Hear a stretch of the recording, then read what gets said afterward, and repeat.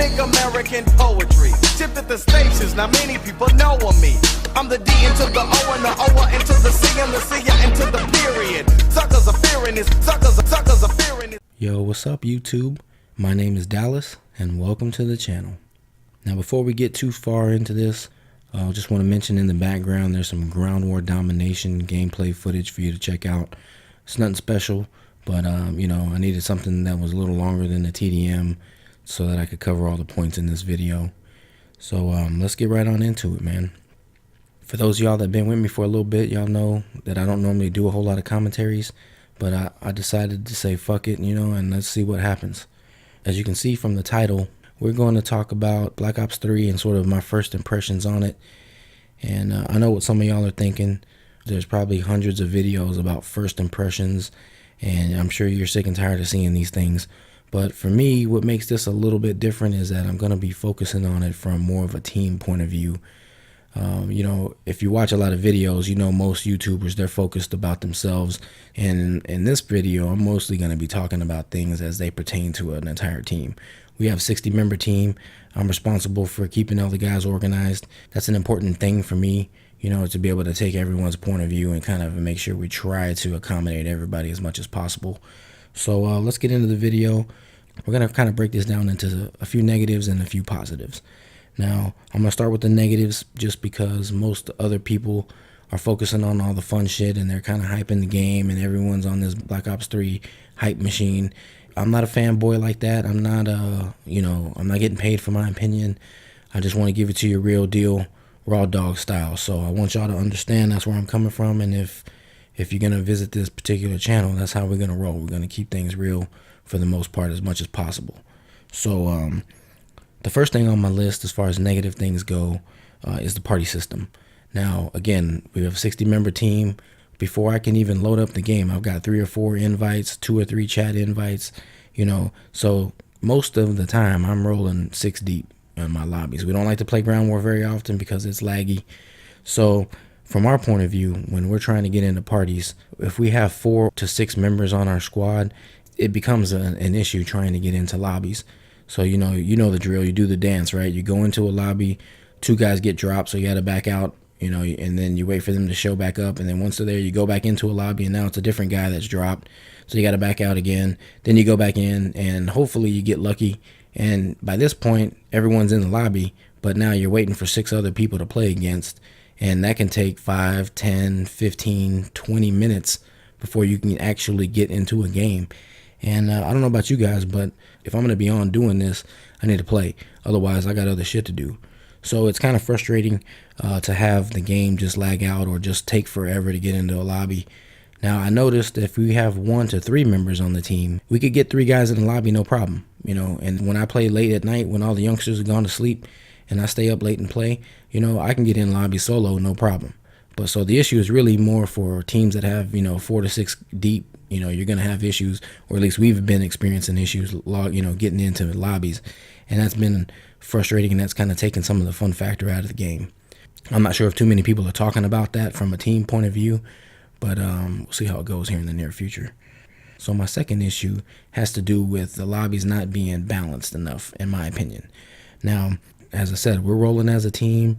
So typically we expect to match up against other teams, you know, parties of 3 or 4 or 5 guys or whatever, you know, 6 if possible. And matchups just aren't as even as they used to be. I don't know if that has to deal with skill-based matchmaking or what the deal is, but I know if we're rolling into a lobby with 6, either we're going to destroy this team or they're going to do the same thing to us. They're going to destroy us. And you know, for us, it's good to shit on kids for a little while. But that gets old, man. You know, we want some competition. We want to be able to, you know, enjoy the game, but also have a little bit of competition, make us work for it a little bit, you know. So I think that's an issue. I would like to see that addressed, but, you know, we'll see what Treyarch and the guys do here shortly. I'm sure they'll be putting out some updates. The next thing on the list is something I know all of you guys have experienced, and that is infinite hit markers. I mean, how many times have you turned around and put 3, 4, 5 bullets in somebody and didn't get the kill? You know, it happens to me all the time. I'll get 2, 3, 4, 5 hit markers before the guy even knows what's going on. And then he'll spin on me, hit me with 2 bullets, and I'm out. I'm done, and that's frustrating. That's not supposed to happen because you guys know about the flinch issue, when you get hit and your gun's flying all over the place. So, in my mind, if I'm putting 2, 3, 4 bullets on somebody, they should be flinching all over the fucking place, and it should be difficult for them to take me out, And I understand that maybe they flinch up and they get me in a headshot, and I can understand that. But it's consistently happening all the time, and it's just getting frustrating. And as a team, we've got really skilled players on our team, and if they're getting hit markers, if they're having difficulties getting the kills, then I know a player like me who's just an average player is going to have a frustrating time trying to play the game. So, it's important to make sure these hit marker things are working and the hit detection is good. It seemed like things worked better in the beta. Usually I would win the gun battles that I'm supposed to win. But we'll see, if they can fix that. The next thing on my list is another thing that a lot of people have already kind of talked about, but we're going to put a little bit different spin on it. And that is these weak-ass score streaks / kill streaks. Most people would agree that the Lightning Strike, the Hellstorm, and some of the other higher kill streaks are just too damn weak, man. The way that this kind of affects our team is that a player like myself and some of the other players on the team, our role is to get these lower kill streaks and score streaks so that our heavier guns, our slayers, they can run around and get those higher streaks. It just balances the team a little bit more if we can have a lower skill player getting the lower streaks and the better skilled players getting the higher streaks. That's the way the game is designed to work.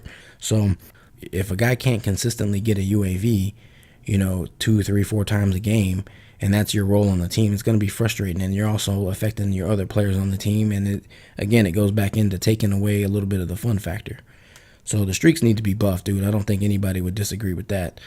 The thing that makes Black Ops 1 and Black Ops 2 fun-ass games is that the streaks were on point. A-Dub and Ghost, the streaks were fucking garbage, so now in Black Ops 3, you're expecting that to improve, and then it's really not hitting the mark for me. So we'll see, we'll see if that gets improved. We'll see how that works. The last thing that I have on my list has to do with the clan wars. I've been asked this question 20, 30 times already, what's up with the clan wars? And, I know not every Call of Duty has had clan wars. I understand that. And I know not everybody plays the clan wars. And I understand that, and I respect that as well. But we're a team. We do play the clan wars. And people like to shit on A-Dub, but actually there were a couple of things that they really innovated that were good things that I thought Black Ops 3 and Treyarch would take advantage of and then implement them and actually improve upon them and make it even better because they're more equipped to execute these things, in my opinion, But I'm missing the clan wars. The guys are missing the clan wars. And to me, it's a good bridge. You kind of get a little bit of taste of playing in a pub and kind of keeping it a little casual. But you also get the added exposure of a competitive gameplay where you're really trying to score points and you're trying to beat other teams.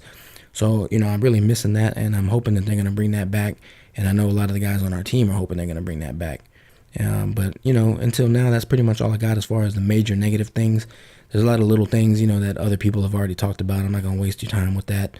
But those are the main things that I have and how they affect our team. So now we're going to flip the script a little bit. We're going to get into some of the fun things, some of the positive things that I like, some of the things that I'm enjoying about the game, some of the things that the team is enjoying about the game. So right off the bat, you pop the disc in. And yeah, I said disc. I'm old school. I don't fucking download games. I go to the store, get the fucking disc, put the shit in. That's how I roll. So yeah, you put the disc in, and the first thing you notice is the graphics. I mean, the graphics are on point. This game looks phenomenal. The colors are great. The maps look good. The characters look nice. The guns look cool. I mean, it's just a really nice visual game. The water looks realistic. It's a fun game, dude, as far as that aspect of it. The other half of that is the sound. Treyarch is known for being a little bit more edgy. They have characters in the game making funny comments, which are enjoyable.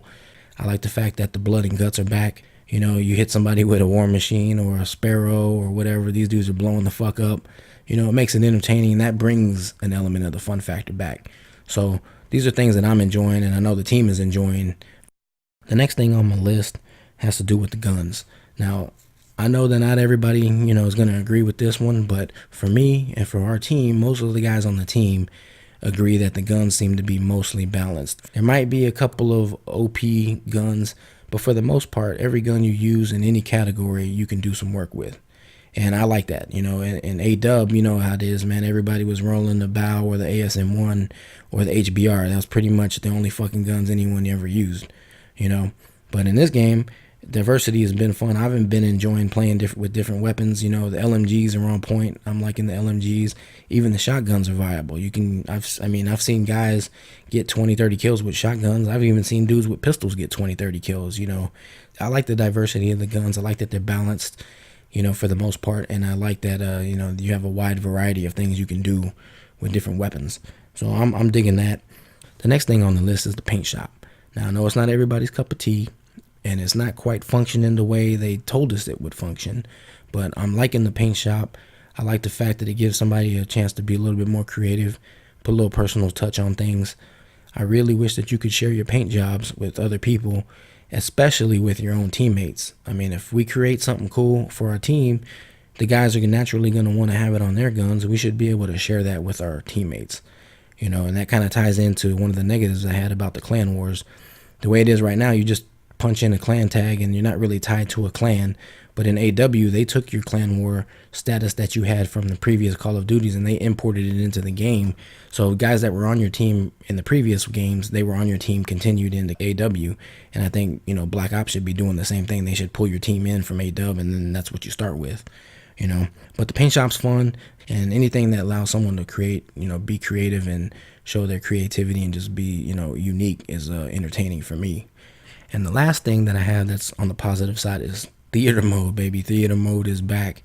So obviously, if you're an OG, if you've been playing some of these older games, we all love theater mode simply because, you know, you get a chance to get different angles on the game. Again, be creative. If you're making a video, you can go into third person and show off different angles. It just makes it more fun. And, you know, if you're getting trolled or if you're seeing somebody doing something that they shouldn't be, or if you get killed and you want to know what the fuck happened, you know, you just pop in theater mode. You can see exactly what went down. So I'm digging that. The thing that I'm not liking so far about theater mode is that in the past you were able to flag a video and then share it with your teammates or share it with anybody.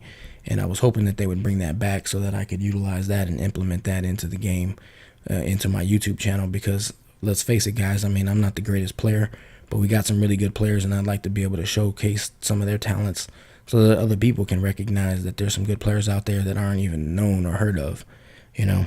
So that's pretty much it for the video. I hope you guys enjoyed it. Hope I didn't talk too long and take too much of your time. But if you stuck around this long, man, I really deeply appreciate that. And, you know, I'll catch y'all on the next one, man.